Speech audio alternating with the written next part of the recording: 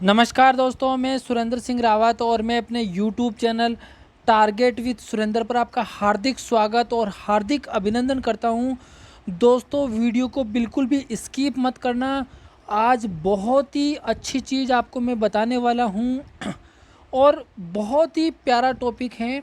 और उससे ये मान के चलिए, फर्स्ट पेपर जीके और एसएसटी के जो विद्यार्थी हैं उनको एक सवाल डेफिनेट मिलने वाला है। इस वीडियो को अगर कोई पूरा देख लेगा तो उसका एक सवाल निश्चित हो जाएगा, इतना मैं कह सकता हूँ। तो आप वीडियो को पूरा देखें बिना स्किप किए। और थोड़ी सी मैं बात कर लेता हूँ, आप चैनल पे नए हो तो चैनल को सब्सक्राइब करें, वीडियो को लाइक और शेयर ज़रूर करें, अपने दोस्तों तक पहुँचाएं जो सेकंड ग्रेड की तैयारी कर रहे हैं। और आपको सेकंड ग्रेड की तैयारी कैसे करनी है इसके लिए मैंने एक प्लेलिस्ट बनाई है वीडियो मेरे यूट्यूब चैनल पे स्मार्ट स्टडी करके। उसमें 3 4 5 वीडियो हैं।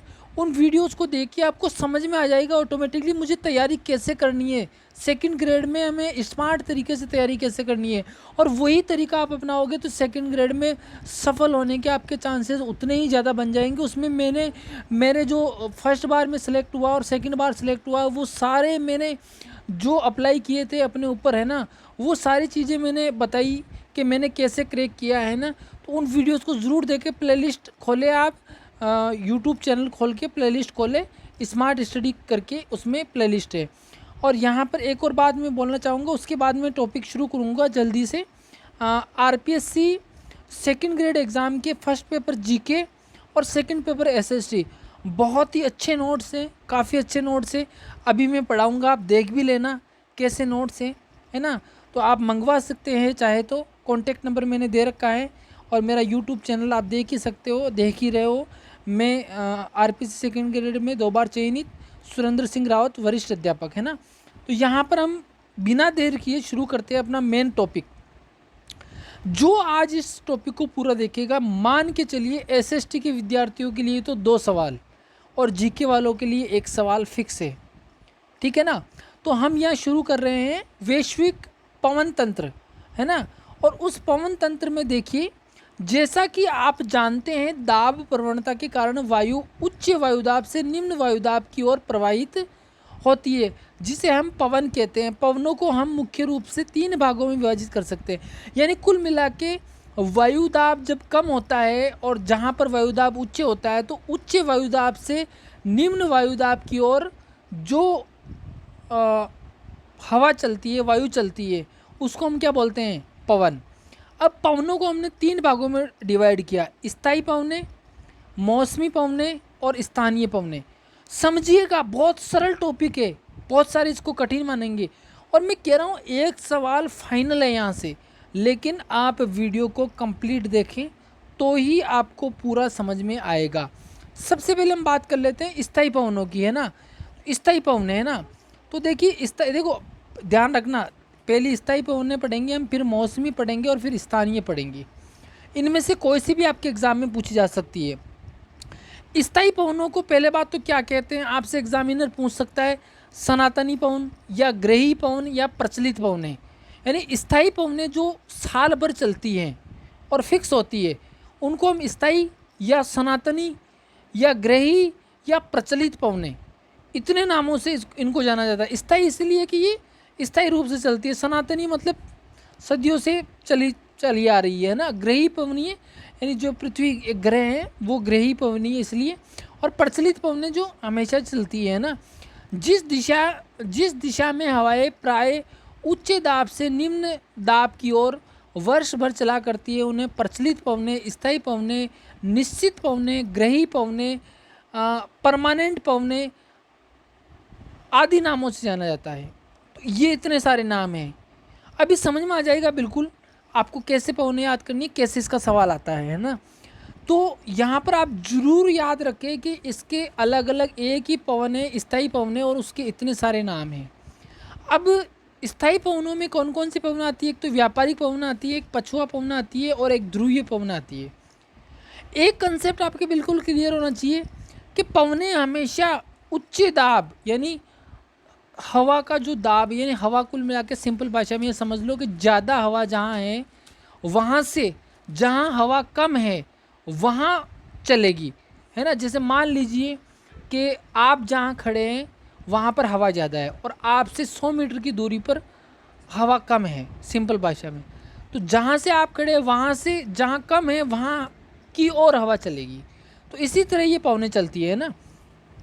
अब देखिए ये 3 तरह की मैंने बताई है ना, 3 तरह की पवनें मैंने बताई, कौन कौन सी, एक बार इसको देख ले से अच्छे से। देखो मैंने बताई ध्रुवीय पवनें, मैंने बताई पछुआ पवनें, मैंने बताई व्यापारिक पवनें। ये उत्तरी गोलार्ध में है और ये दक्षिणी गोलार्ध, दोनों गोलार्ध में ये पवनें हैं। उत्तरी गोलार्ध में जो है वो भी 3 सेम नाम है और दक्षिणी गोलार्ध में वो भी 3 सेम नाम है। अब देखो एग्जामिनर क्या करता है, आपको फंसाने के लिए इनकी दिशा पूछता है, और दिशा अगर आप याद करने की कोशिश करेंगे, याद नहीं होगी, रट नहीं सकते, आपको समझना पड़ेगा।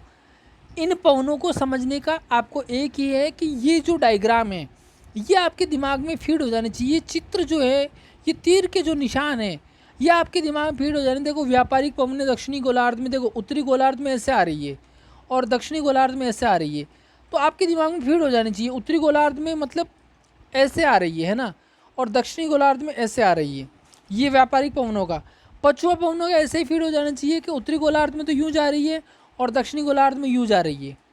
ऐसे ही ध्रुवीय पवनों का फीड हो जाना चाहिए, उत्तरी गोलार्ध में यूँ आ रही है और दक्षिणी गोलार्ध में यूँ आ रही है। समझ गए ना। ये अगर आपने दिमाग में अगर ये डायग्राम फीड कर लिया, अब मान लो आपसे एग्जामिनर ऐसे प्रश्न ऐसे पूछता है एग्जामिनर, उत्तरी गोलार्ध में पछुआ पवनें चलती हैं किस दिशा से किस दिशा की ओर। अब उत्तरी गोलार्ध मतलब ये इसका ऊपर वाला हिस्सा उत्तरी गोलार्ध, ये वाला पूरा उत्तरी गोलार्ध हो गया और ये वाला पूरा दक्षिणी गोलार्ध हो गया। उसने क्वेश्चन क्या पूछा, उत्तरी गोलार्ध में पछुआ पवनें चलती हैं किस दिशा में, है ना। तो देखो ये आपके दक्षिण दिशा है, ये आपके पश्चिम दिशा है, ये आपके उत्तर दिशा है, ये आपके उत्तर दिशा है ना। एक बार वापस बता देता हूँ मैं, ये आपके पूर्व, ये उत्तर, ये दक्षिण, और ये सॉरी वापस बताता हूँ, ये उत्तर, ये पूर्व, ये पश्चिम और ये दक्षिण, है ना। अब देखो इसकी दिशा देखो आप, ये पवनें एक तरह से यूँ चल रही है, यूँ, ये जो व्यापारिक पवनें बता रहा हूँ यूँ चल रही है। अब इनकी दिशा देखो, इनकी दिशा क्या है, दक्षिण दक्षिण दक्षिण पश्चिम से उत्तर पूर्व की ओर यूँ जा रही है ना। तो दक्षिण पश्चिम से उत्तर पूर्व की ओर। अब इसकी जगह उसने अगर ध्रुवीय पूछ ली तो इसका उल्टा हो जाएगा, उत्तर पूर्व से दक्षिण पश्चिम की ओर ध्रुवीय पवन उत्तरी गोलार्ध में। तो ये डायग्राम बहुत अच्छे से आप दिमाग में बिठा लें। उसके बाद में ये व्यापारिक पवनों के बारे में बहुत सारी चीज़ें हैं, मैं डायरेक्ट आपको जहाँ से एग्जामिनर सवाल उठाता है ना, ज़्यादातर यहाँ से उठाता है। देखो स्थायी पवनों से, है ना, हमेशा क्वेश्चन पूछा जाता है स्थायी पवनें, है ना। स्थायी पवनें जो होती है वो ये है, जैसे एक चिनूक है तथा फोन। चिनूक और फोन जो पवनें हैं ये आपके पर्वतीय ढालों के सहारे चलती है और गर्म है, शुष्क है, स्थानीय हवाएं हैं जो संयुक्त राज्य अमेरिका में है। यानी चिनूक जो है वो संयुक्त राज्य अमेरिका में चलती है, जबकि यूरोप में फोन या फोन, है ना, ये यूरोप में फोन है और उत्तरी अमेरिका में, संयुक्त राज्य अमेरिका में कौन सी है, चिनूक है। चिनूक जो है आपको बस इतना ही याद कर ले कि जो चिनूक पवन है वो गर्म और शुष्क है और ये संयुक्त राज्य अमेरिका में चलती है। फोहन आपके कहाँ चलती है, यूरोप में चलती है और ये भी गर्म और शुष्क है। मैं केवल हाईलाइट चीज़ें करवा रहा हूँ आपको, है ना, डिटेल्स में नहीं करा रहा हूँ। सिरोकी, ये जो सिरोकी पवन है इसको थोड़ा सा अच्छे से देखना है अपने को। ये गर्म, शुष्क और रेत से भरी हवा है जो कि सहारा के रेगिस्तान के उत्तरी दिशा में भूमध्य सागर की ओर चलकर इटली, स्पेन आदि में प्रविष्ट होती है। एटलस पर्वत के उत्तरी ढाल के सहारे नीचे उतरने पर इसकी शुष्कता और तापमान बढ़ जाता है। अफ्रीका में इसके कई स्थानीय नाम हैं, जैसे अफ्रीका महाद्वीप है, उसे अफ्रीका महाद्वीप में एक मिस्र देश है, वहाँ पर इस पवन को क्या कहते हैं, खमसीन। लीबिया एक देश है अफ्रीका में, वहाँ पर इसको गिबली कहते हैं। ट्यूनीशिया एक देश है अफ्रीका में, वहाँ इसको चिली कहते हैं। यानी सिरोकी पवन के कितने नाम हैं? खमसीन, गिबली, चिली और सिरोकी खुद नाम हो गया है ना, के नामों से पुकारते हैं। ठीक है ना। अरब सागर, अरब के रेगिस्तान में चलने वाली गर्म शुष्क हवा को सिमूम कहते हैं। अरब के रेगिस्तान में, यानी जो सऊदी अरब, अरब वाला क्षेत्र है, वहाँ पर जो गर्म और शुष्क चलती है उसको सिमूम कहते हैं। सिरोकी हवा के साथ लाल रेत की मात्रा भी अधिक होती है। जब ये रूम सागर यानी भूमध्य सागर से होकर गुजरती है तो नमी धारण कर लेती है, और दक्षिण इटली में कभी कभी ये वर्षा भी प्रदान करती है। जब लाल रेत नीचे बैठने लगती है तो लगता है कि रक्त वृष्टि हो रही है। इटली में इनका नाम सिरोकी है। ये प्राय हर मौसम में चलती हैं। स्पेन में इसे लेवेश के नाम से जाना जाता है। एग्ज़ाम में सर्वाधिक पूछी जाने वाली पवन, स्थायी पवन, हरमट्टान। हरमट्टान ये सहारा के रेगिस्तान के पूर्वी भाग में उत्तर पूर्व से पश्चिम दिशा से पूर्व दिशा से पश्चिम दिशा में चलने वाली गर्म और शुष्क हवा है हरमट्टान। हरमट्टान के आगमन पर मौसम शुष्क हो जाने के कारण सुहावना और स्वास्थ्यप्रद हो जाता है, क्योंकि हरमट्टान की उष्णता और शुष्कता के कारण वायुमंडल की आर्द्रता नष्ट हो जाती है। इसी प्रभाव के कारण गिनी तट पर इस हवा को डॉक्टर कहते हैं। यानी कुल मिला के लोगों को ये अच्छा स्वास्थ्य देती है, सुहावना मौसम कर देती है, इसलिए हरमट्टान को डॉक्टर के नाम से जाना जाता है। आरपीएससी ने कितनी ही बार एग्ज़ाम में पूछा है ये सवाल, कितनी ही बार एग्ज़ाम में पूछा है। उसके बाद में ब्रिक फिल्डर, आप याद कर लो कि ब्रिक फिल्डर जो हवा है वो ऑस्ट्रेलिया में चलती है, और ये कैसी है? शुष्क हवा है और उष्ण हवा है ना, शुष्क और उष्ण हवा। देखो फिल्डर से याद रखो, फिल्डर कहाँ के अच्छे हैं? ऑस्ट्रेलिया के ना, तो ऑस्ट्रेलिया में कौन सी चलती है? Brick fielder. उसके बाद में आप देखेंगे सांताना, ये संयुक्त राज्य अमेरिका में चलने वाली गर्म और शुष्क हवा है। यामो जापान की गर्म और शुष्क, जोंडा अर्जेंटीना की गर्म, ट्रोमोटेन ये यूरोप, मध्य यूरोप में चलने वाली गर्म। लू तो आप जानते ही हैं, अपने राजस्थान में चलती है लू। नार्वेस्टर ये न्यूजीलैंड में गर्म और शुष्क तेज चलने वाली हवा है। भारत के असम और पश्चिम बंगाल में ग्रीष्मकाल में मानसून के आगमन से पूर्व चलने वाली हवाएं, जिसमें गरज के साथ वर्षा होती है, काल वैसाखी के नाम से जाना जाता है। सिस्टान या सिस्टन ये पूर्वी ईरान की सिस्तान प्रांत में ग्रीष्मकाल में चलने वाली है। इसे 120 दिन पवन के नाम से भी जाना जाता है। बर्ग दक्षिण अफ्रीका में चलने वाली गर्म हवा। अब ठंडी पवनें देखो, मिस्ट्रल ठंडी है, बोरा ठंडी है, बिल्जर्ड ठंडी है, परगा ठंडी है, पंपेरा ठंडी है, बाइस ठंडी है, लेवेंटर ठंडी है, फाइजेम, सुराजो और नोर्टे और पापा गायो, ये सारी पवनें जो है ठंडी है। एक बार आप वीडियो को पॉज करके इनको पढ़ ले, क्योंकि वीडियो बहुत लंबा खिंच जाएगा है ना, इसलिए मैं इसको थोड़ा सा ये शॉर्ट में बताना चाह रहा हूँ। अब देखो मैं अब ज़्यादा लंबा वीडियो नहीं खींचूंगा और मैं शॉर्ट में बात करने वाला हूँ कि आप है ना एक्चुअल में यहाँ से प्रश्न कैसे बन सकते हैं। एक तो आपके प्रश्न बनेंगे स्थायी पवनों में, जैसे मैंने 3 बताई, व्यापारिक, पछुआ और ध्रुवीय पवनें। आपको उत्तरी गोलार्ध और दक्षिणी गोलार्ध में इनकी दिशा से संबंधित प्रश्न पूछते हैं। इनके स्थायी पवनों को और किस किस नाम से जाना जाता है, ठीक है ना। और उसके बाद में मौसमी पवनें। मौसमी पवनें मतलब जो मानसूनी पवनें होती है, जो 6 महीने, जैसे 6 महीने भारत में चलती है दक्षिण पश्चिम से उत्तर पूर्व की ओर, और 6 महीने चलती है उत्तर पूर्व से दक्षिण पश्चिम की ओर। समझ गए ना, ये होती है मौसमी पवनें। यानी जो वर्षा ऋतु में चलती है ना, मतलब 6 महीने तो ये मान लो कि अपन ये चलेगी भारत के दक्षिण पश्चिम से उत्तर पूर्व की ओर, और 6 महीने चलेगी उत्तर पूर्व से दक्षिण पश्चिम की ओर। और स्थानीय पवनें जो मैंने अभी पढ़ाई थी, गर्म और ठंडी वाली। अब आपसे किसी भी तरह का सवाल पूछ सकते हैं। कैसे सवाल पूछ सकते हैं? आपसे पूछ लिया कि बताइए मानसूनी जो पवनें हैं वो कौन से प्रकार की पवनें हैं, मौसमी, स्थानीय या स्थायी, या और कोई एक ऑप्शन दे दिया। या आपसे ऐसे पूछ लिया कि बताइए पछुआ पवने हैं, मौसमी पवने, स्थानीय पवने, स्थायी पवने, या और चौथा कोई भी ऑप्शन आपको कंफ्यूज करने के लिए। या आपसे पूछ लिया कि बताइए चिनूक कौन सी पवन है, चिनूक स्थानीय, मौसमी, स्थायी। या चिनूक कौन सी है, गर्म है, ठंडी है, ठीक है ना, शुष्क है, कैसे भी पूछ लिया सवाल। या चिनूक कहाँ चलती है, या फ़ोन कहाँ चलती है, ब्रिक फील्डर कहाँ चलती है, जोंडा कहाँ चलती है, ठीक है ना। या डॉक्टर हवा के नाम से किसको जाना जाता है, हरमट्टान को, है ना। हरमट्टान का संबंध कहाँ से है ना, अफ्रीका महाद्वीप, गिनी तट। किसी भी तरह से ये घुमा के सवाल पूछ सकते हैं। अगर इन चीज़ों का आप विश्लेषण कर लेंगे ना, तो आपको कहीं पर भी कोई भी दिक्कत नहीं आएगी। तो मैं एक बार फिर से एक दो चीज़ें और छूट गई है। जैसे एक तो होती है, यहाँ पर मैं बताना चाहूँगा आपको,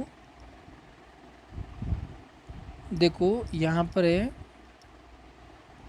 एक तो होती है आपके जलीय समीर, और एक होती है स्थलीय समीर। जलीय समीर और स्थलीय समीर, यानी देखिए जलीय समीर किसको बोलेंगे, जलीय समीर। जलीय समीर हम बोलेंगे किसको, जब हवा जल से स्थल की ओर चलेगी तो उसको हम क्या बोलेंगे, यानी जहाँ से आ रही है उसको उस नाम, जैसे जल से आ रही है ना, तो जल से स्थल की ओर आ रही है, तो जल से आ रही है तो जलीय समीर। और स्थल से आ रही है जल की ओर, तो कहाँ से आ रही है, स्थल से आ रही है तो स्थलीय। तो सीधा सवाल पूछते हैं वो एग्जामिनर कि स्थलीय समीर चलती है जल से स्थल की ओर, स्थल से जल की ओर, है ना। तो आपको वहाँ पर कंफ्यूज कर देंगे ना। तो आपको ध्यान रखना है स्थलीय समीर मतलब स्थल से आएगी। अच्छा, स्थलीय समीर कब चलती है ये भी आपको ध्यान रखना है। स्थलीय समीर चलेगी आपके दिन में और जलीय समीर चलेगी आपके रात में। एक बार देख लेते हैं, यहाँ पर देखिए मैंने यहाँ पर लिखा है, यहाँ पर लिखा है मैंने, देखिए यहाँ पर देखिए, जैसा कि